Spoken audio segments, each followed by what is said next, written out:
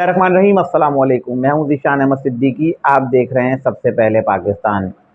हुकूमत पाकिस्तान की जानिब से पाकिस्तान की आवाम पर एक और महंगाई का बम गिरा दिया गया। अब ये बम किस सूरत में गिराया गया?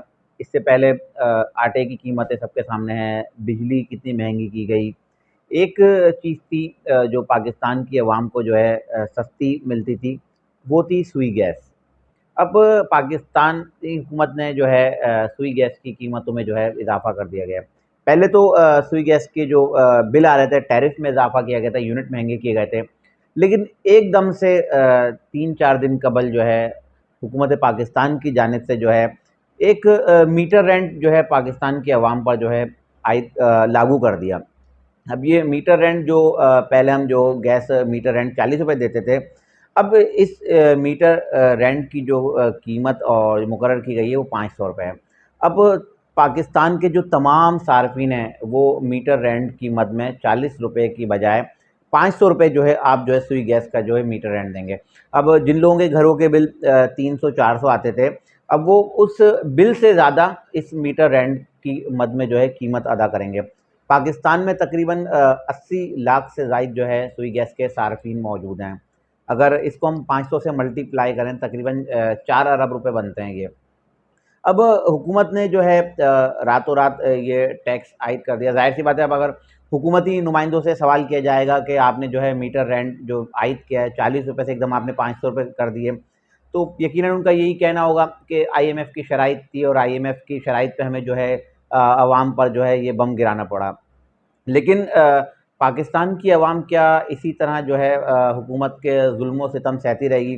अब मैं पीडीएम की जो मौजूदा हुकूमत है, मैं अब उनसे एक सवाल करूँगा। वो इमरान खान साहब के 3 साल के दौरे हुकूमत को तो बहुत रोते हैं वो कि इमरान खान साहब ने कुछ नहीं किया, इमरान खान साहब ने कुछ नहीं किया। अब तकरीबन 1 साल तो आप लोगों को आए हुए भी हो गए हैं। आप लोगों ने 1 साल में क्या किया? अगर हम आपके जो इस 1 साल के दौरे हुकूमत को अगर हम इमरान खान के दौरे हुकूमत से कंपेयर करें, तो महंगाई सबके सामने है कि महंगाई की शरह में जो है इज़ाफ़ा हुआ है, डॉलर की कीमत बढ़ी, पेट्रोल महँगा हुआ। ख़ास तौर पे आटा। आटा इस वक़्त 160 से ₹180 किलो मिल रहा है, लेकिन उस पे भी कोई शोर नहीं है, उस पे भी कोई बात करने के लिए तैयार नहीं है। अगर हम बात करें तो इस पे इंक्वायरी हो रही है, इंक्वायरियाँ होती हैं, केसेस बनते हैं, कमेटियाँ बनाई जाती हैं, लेकिन वो कहाँ जाती हैं वो फ़ाइलें? वो दब जाती हैं, क्योंकि नई इंक्वायरी और वो तमाम जो केसेस जो है नया केस आता है, पुराना केस दब जाता है। लेकिन पाकिस्तान की अवाम जो पहले ही महंगाई की चक्की में पीसी हुई थी और उन पर इस तरह का एकदम से ज़ालमाना, मैं तो क्यों टैक्स कहूँगा, क्योंकि मीटर रेंट आपने जो है ₹40 से एकदम ₹500 कर दिया। इसके अलावा सुई गैस के आपने पहले ही टैरिफ आपने सुई गैस की कीमतों जो बिलों में पहले ही आपने इज़ाफ़ा कर दिया था। उसके बाद एकदम आपने जो है मीटर रेंट की मद में जो पैसे बढ़ाए, यकीनन ये पाकिस्तान की आवाम पर एक बहुत बड़ा ज़ुल्म है। आपने पहले ही बहुत सारे वादे किए कि हम जो है जब आएँगे हुकूमत में जो है महंगाई ख़त्म करेंगे, लेकिन महंगाई तो ख़त्म नहीं हो रही, उल्टा जो है महंगाई में जो है दिन-ब-दिन मज़ीद जो है इज़ाफ़ा हो रहा है। मैं पीडीएम में शामिल जमातों से यही कहूँगा कि खुदारा, क्योंकि अब अगला साल या यही साल वैसे तो इलेक्शन का है, लेकिन मैंने अपने पिछले ब्लॉग्स में कहा है कि मुझे नहीं लगता कि 2023 में इलेक्शन होंगे, लेकिन अगर थोड़ा-सा अगर डिले भी कर लेते हैं, हर हाल में इलेक्शन तो होने हैं, अगर 2023 नहीं तो 2024 में होने ही हैं। लेकिन अगर यही महंगाई का हाल रहा, इसी तरह से अगर महंगाई में दिन-ब-दिन इज़ाफ़ा होता रहा, तो आप जब इलेक्शन में जाएँगे तो आप अपना क्या मुँह लेकर जाएँगे? और मैं पाकिस्तान की आवाम से ख़ास तौर पर कहूँगा कि अब आप लोगों ने जो फ़ैसला करना है, बहुत सोच समझ कर करना है। क्योंकि हम जब जब भी आम इंतख़ाबात आते हैं, जनरल इलेक्शन जब भी आते हैं, तो ये जो उम्मीदवार होते हैं, बहुत सारे दावे और वादे लेकर आप लोगों के पास आते हैं कि मैं ये कर दूँगा, पानी ले आऊँगा, गैस ले आऊँगा, बिजली ले आऊँगा। लेकिन जब ये लोग मुंतखब हो जाते हैं और असेंबलियों में चले जाते हैं, ऐवानों में चले जाते हैं, तो उसके बाद तो शायद ये आवाम को तो हकीर व फ़कीर ही समझते हैं। और चंद एमएनएस, एमपीएस हैं, चंद जो पार्लियामेंटेरियन हैं, जो अच्छे हैं, जो इक़्तिदार में आने के बाद भी अपनी हैसियत, अपनी औकात नहीं भूलते, लेकिन वो उसी तरह से मिलते हैं, उसी तरह से अपना काम जारी रखते हैं। लेकिन अक्सरियत जो है, मैं अक्सरियत की बात कर रहा हूँ कि जब वो असेंबलियों में, ऐवानों में जाते हैं, तो वो आम आवाम को जो है बिल्कुल ही भूल जाते हैं। तो अब आवाम ने जो है इन लोगों का एहतसाब करना है, और ख़ास तौर पे मैं पाकिस्तान की आवाम से कहूँगा कि अब हमने जो है अपने हक़ के लिए खुद निकलना है। हमने पूरा मन एहतजाज करना है, ना हमने तोड़ फोड़ करना है, ना हमने कहीं जलाव करना है, ना घेराव करना है, क्योंकि पाकिस्तान हमारा है, ये हमारा मुल्क है और हमने इसकी जो है पहले हिफाजत करनी है। लेकिन हम पे जो इस तरह के जो टैक्सेस आयद किए जा रहे हैं, बिला ना हमें बताया जाता है कि ये टैक्स किस मद में आयद किए जा रहे हैं, इससे जो मुनाफा मिलेगा वो कहाँ जाएगा।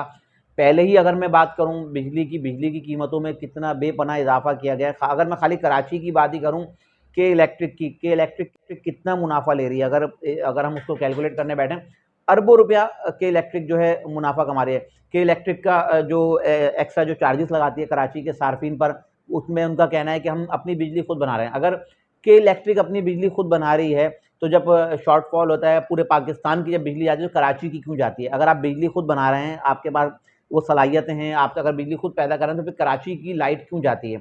ये भी एक सवाल है। लेकिन बोले कौन? अब बोलेगी अवाम, अब निकलेंगे हम।